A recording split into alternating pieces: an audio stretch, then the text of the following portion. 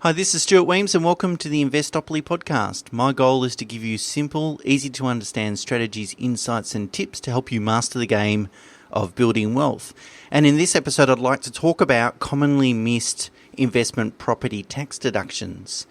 Of real interest was a media release by the ATO earlier in April 2019, this month. They said they're going to double the amount of audits of property investor tax returns. So if you've got rental properties and so forth as an individual, you can expect greater scrutiny of your tax returns. Essentially, the ATO released some data that says around 80% of tax returns have errors in them. So that's really sort of saying 4 out of 5 people that get an audit end up with a higher tax bill. And they've quoted some examples in the media release where a taxpayer was penalised by $12,000 for overclaiming deductions on their holidays. Another taxpayer had to pay $5,500 back because they didn't apportion their rental interest deduction correctly. And interest deductions obviously make up, typically the largest deductible expense, and that's the one that gets the most amount of scrutiny. So making sure you have your loans correctly structured so that your deductions are watertight and you don't really leave any room for the ATO to argue otherwise.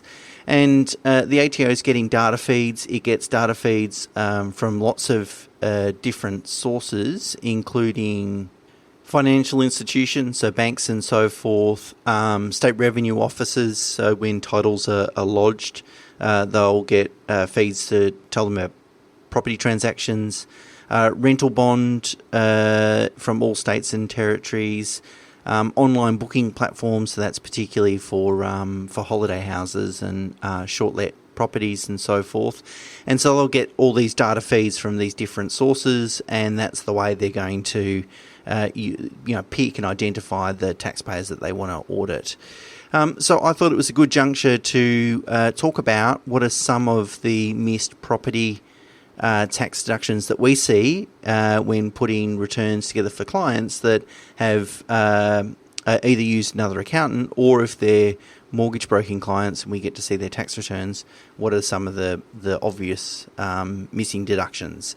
So the first one is depreciation schedules and so forth.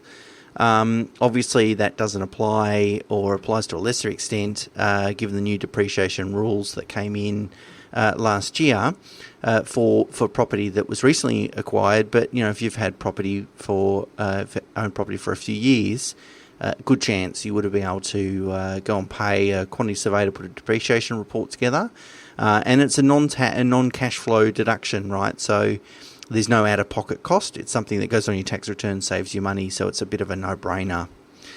Number 2 is interest, I guess related to my commentary just about the ATO audits and so forth. But if you haven't structured your loans correctly, or you've got mixed purposes in different loans, sometimes that can create problems and compromise the deductibility of the expenses. So making sure you've got your loan structured correctly is really critical. Number 3, statement of adjustments. So when you go and buy a property, typically there'll be some adjustments between the purchaser and vendor for expenses that have been paid by the vendor that go beyond the settlement date. So things like council rates, for example, if they've paid a full year's worth of rates, there'll be an adjustment for the period for which they no longer own that property. And you need to pick that expense up in that particular year to claim a deduction. So if you've purchased property in the last few years, just making sure that your accountant has picked those things up is important. Borrowing expenses.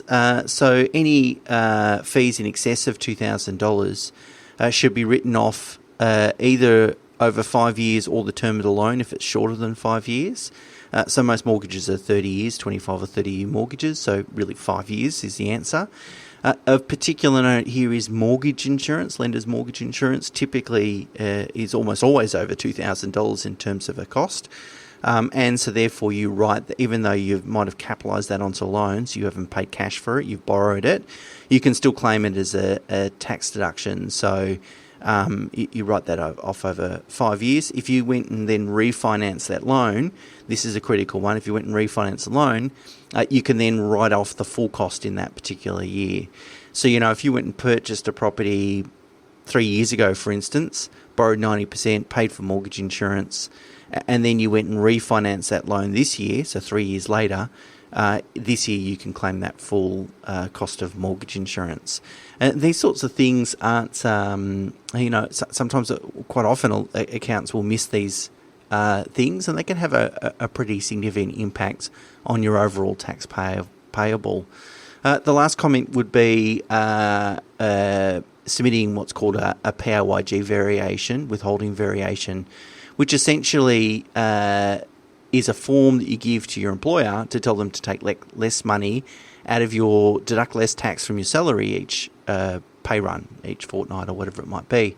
And you can do that if you expect to receive a refund at the end of the year. So instead of having to wait till the end of the year to get a large refund, you can help your cash flow over the year by paying less tax from your salary from each pay cycle. And that would be really advantageous for people that have a reasonable amount of non-deductible debt, because it gives you more cash to put into your offset account to reduce your non-deductible interest expense. Some people like the full savings element of receiving a big refund check at the end of the year. It's been a long time since I've received a tax refund, so I can certainly identify with that. So there are just a few examples. What I will do is put a link, or there's a link in the show notes to a tax deduction checklist that we've prepared for property investors. So what I would suggest is just run your eye down that list to identify whether you might need to make any adjustments to previous or current tax returns in order to enjoy the full benefit of those deductions. So that's it for this week, a short week because of Anzac Day and Easter, but that's it for this week, and until next week, bye for now.